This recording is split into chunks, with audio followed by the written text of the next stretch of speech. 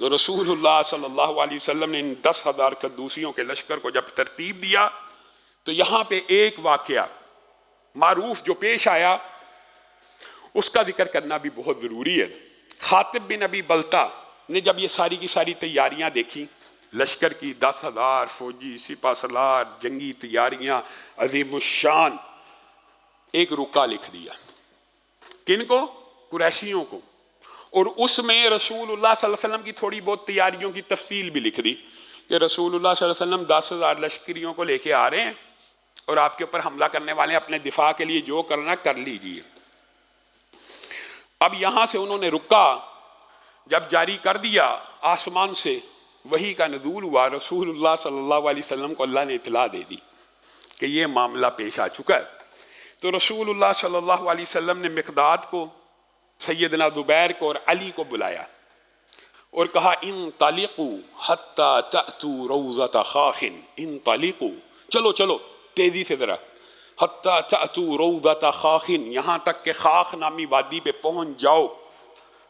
تم تینوں نے وادی خاخ میں پہنچنا ہے، وہاں پہ ایک عورت ہوگی، اونٹ اس کے ہمراہ ہوگا، کجاوا اس کے اوپر لدا ہوگا، معہا کتاب، اس کے پاس ایک رکا ہوگا۔ صرف یہ جملہ کہو کیا؟ اس کے پاس ایک رکا ہوگا، اس کے پاس ایک رکا ہوگا، وہ رکا واپس لے آنا، عورت کو جانے دینا۔ یہ تینوں جرنیل صحابہ زبیر، مقداد اور علی تیزی سے مسافتیں طے کرتے ہوئے خاخ نامی وادی میں پہنچے۔ وہی منظر جو رسول اللہ نے بتایا تھا، اونٹ بھی ہوگا، کجاوا بھی ہوگا، عورت بھی ہوگی۔ عورت کی تلاشی لی، عورت سے پوچھا رکا کہاں ہے؟ عورت نے کہا رکا میرے پاس نہیں۔ رکا کہاں ہے؟ رکا میرے پاس نہیں ہے۔ رسول اللہ نے کیا کہا تھا؟ اس کے پاس ایک رکا ہوگا۔ یہاں پہ حضرت علی نے جو جملے کہے، یہ آپ کا اور میرا منہج ہے، اور یہ اور میرا اور آپ کا منہج اور عقیدہ بن جائے، اللہ کی قسم کبھی انسان گمراہ نہیں ہو سکتا۔ حضرت علی نے اچھی طرح تلاشی لی، حضرت زبیر نے بھی لے لی، مقداد نے بھی لے لی، رکا عورت نے ایسی ہوشیاری اور چلاکی سے چھپایا ہوا تھا، رکا نہ ملا۔ عورت کہنے لگی آپ کو جو اطلاع ملی ہے وہ جھوٹ ہے، آپ کو جو اطلاع ملی ہے وہ جھوٹ ہے، رکا میرے پاس موجود نہیں ہے۔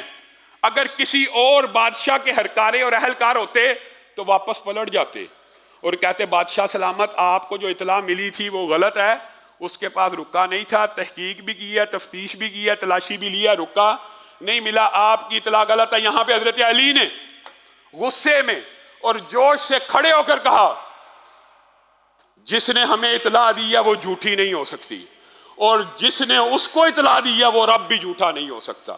رکا تیرے پاس ہے، لَتُخْرِجِنَّ الْكِتَابَ أَوْ لَنُلْقِيَنَّ الثِّيَابَ، یاد رکھ، تحقیق تو کہتی ہے، تفتیش تو کہتی ہے رکا تیرے پاس نہیں ہے، لیکن ہم صحابہ کا ایمان کہتا ہے رکا تیرے پاس ہے، نکال دے، نہیں تو ہم تجھے برہنہ کر کے تلاشی لیں گے، برہنہ کر کے۔ لَتُخْرِجِنَّ الْكِتَابَ، نکال دے رکا، أَوْ لَنُلْقِيَنَّ الثِّيَابَ، نہیں تو تیرے کپڑوں کو بھی اتار دیا جائے گا۔ اور حقیقت یہ ہے، محدثین نے یہاں پہ یہ باتیں لکھی ہیں، اور محدثین کی مجلسوں کا یہ فائدہ ہے، اگر وہ اس کو برہنہ کر کے بھی تلاشی لیتے تو رکا نہ ملتا، برہنہ کر کے بھی تلاشی لیتے تو رکا نہ ملتا۔ کیوں؟ اس نے چھپایا بڑی چلاکی اور ہوشیاری سے تھا، بالوں کے اندر ایک چٹیا کر کر باریک سا رکا وہاں پہ چھپایا ہوا تھا، برہنہ تلاشی سے بھی نہیں تھا ملنا۔ لیکن عورت کو سمجھ آ گئی یہ کسی عام بادشاہ کے ہرکارے نہیں ہیں، ان کو یقین ہے کہ رکا میرے پاس ہے۔ اس نے چھپ کر کے پھر رکا نکالا، حضرت علی، زبیر، مقداد یہ رکا لے کے واپس آ گئے۔ اب وہاں پہ منظر دیکھیے کیا ہوگا مدینہ میں، کہ رسول اللہ نے خبر دے دی کہ خاطب بن ابی بلتا نے ایک رکا لکھا ہے، ایک عورت کے پاس ہے، اور وہ 3 جرنیل صحابہ اس عورت سے وہ رکا لے کے واپس آ رہے ہیں۔ حضرت عمر غصے سے کپ کپانے لگے، اور غصے سے ان کا چہرہ لال سرخ ہو گیا، اور رسول اللہ کو کہنے لگے اپنی تلوار کو پکڑ کے دستے سے کھینچ کے باہر نکال کے، اللہ کے رسول آج اجازت دے دیجیے خاطب بن ابی بلتا کی گردن کو اس کے تن سے جدا کر دیا جائے۔ رسول اللہ حضرت عمر کو دیکھ رہے ہیں، ان کی تلوار کو دیکھ رہے ہیں، ان کے غصے کو دیکھ رہے ہیں۔ کہا عمر کیا بات کرتا ہے، کیا بات کرتا ہے، کیا بات کرتا ہے؟ تجھے پتا نہیں خاطب بن ابی بلتا بدری صحابی ہے؟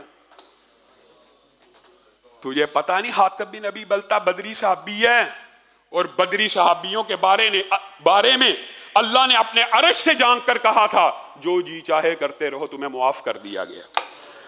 اے حاتب آپ بتائیے معاملہ کیا ہے؟ پہلے صفائی پیش کر دی اور پھر حاتب سے پوچھا بتائیے معاملہ کیا ہے، یہ کیا ہوا؟ حاتب کہنے لگے اللہ کے رسول نہ غدار ہوں نہ منافق ہوں، اللہ کی قسم مسلمان ہوں، صرف اس نیت سے اطلاع دی آپ تو قریشیوں کے رشتہ دار ہیں، آپ سارے کے سارے مہاجرین آپس میں رشتہ دار ہیں، میری تو ان کے ساتھ رشتہ داری کوئی نہیں تھی، میں تو ان کا حلیف تھا، آپ نے تو جانا ہی تھا، میں نے سوچا یہ میں احسان ان کے اوپر کر دوں، فتوحات تو اللہ نے آپ کو دینی ہے، لیکن میں یہ رکا لکھ کے ان کو بتلا دوں کہ آپ آ رہے ہیں تاکہ میری کوئی رشتہ داری نہیں، میرا ان کے اوپر احسان ہو جائے اور وہ میرے اس احسان کی لاج رکھتے ہوئے میرے خاندان، میرے کنبے اور قبیلے کو بعد ازاں کبھی نقصان نہ پہنچائیں۔ تو رسول اللہ صلی اللہ علیہ وسلم نے ان کے اس عذر کو قبول کر لیا اور ان کو پھر بھی جنت کی بشارت دی۔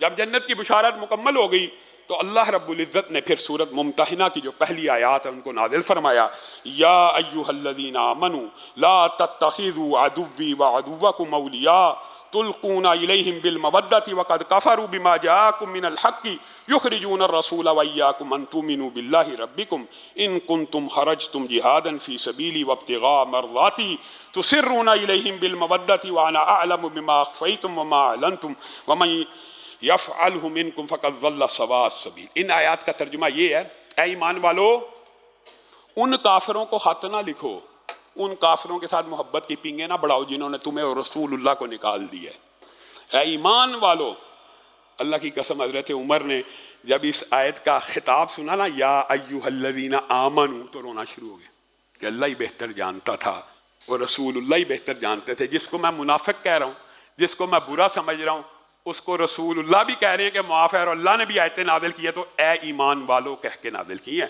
تو اللہ رب العزت نے یہاں پر حضرت حاتب بن ابی بلتہ کو سمجھایا اور تمام صحابہ کو سمجھایا کہ کفار کے ساتھ دوستی نہیں کرنی، اور آج کے بعد اگر کوئی دوبارہ یہ عمل کرے گا وہ راہ راست سے ہٹا ہوا اللہ کی بارگاہ میں بھی کنسیڈر کر لیا جائے گا۔ اس کام کو اگرچہ اللہ نے معاف کر دیا، حاتب بن ابی بلتہ کے کام کو بھی اللہ نے معاف کر دیا، لیکن آج کے بعد تم نے ان سے محبت کی پینگیں نہیں بڑھانی۔ اور تم کیوں محبت کی پینگیں بڑھاتے ہو کہ رسول اللہ کو بھی نکال دیا، تمہیں بھی نکال دیا، ہجرتوں میں مجبور بھی کر دیا، پھر بھی تم ان سے دلی طور پہ قربت محبت چاہتے ہو؟ تو اگر تم نے ایسا کیا تو اللہ تعالیٰ پھر تمہیں راہ راست سے مکمل طور کے اوپر گمراہ کر دے گا۔ اللہ رب العزت جو کہا گیا جو سنا گیا اس کو سمجھنے کی توفیق عنایت فرمائے۔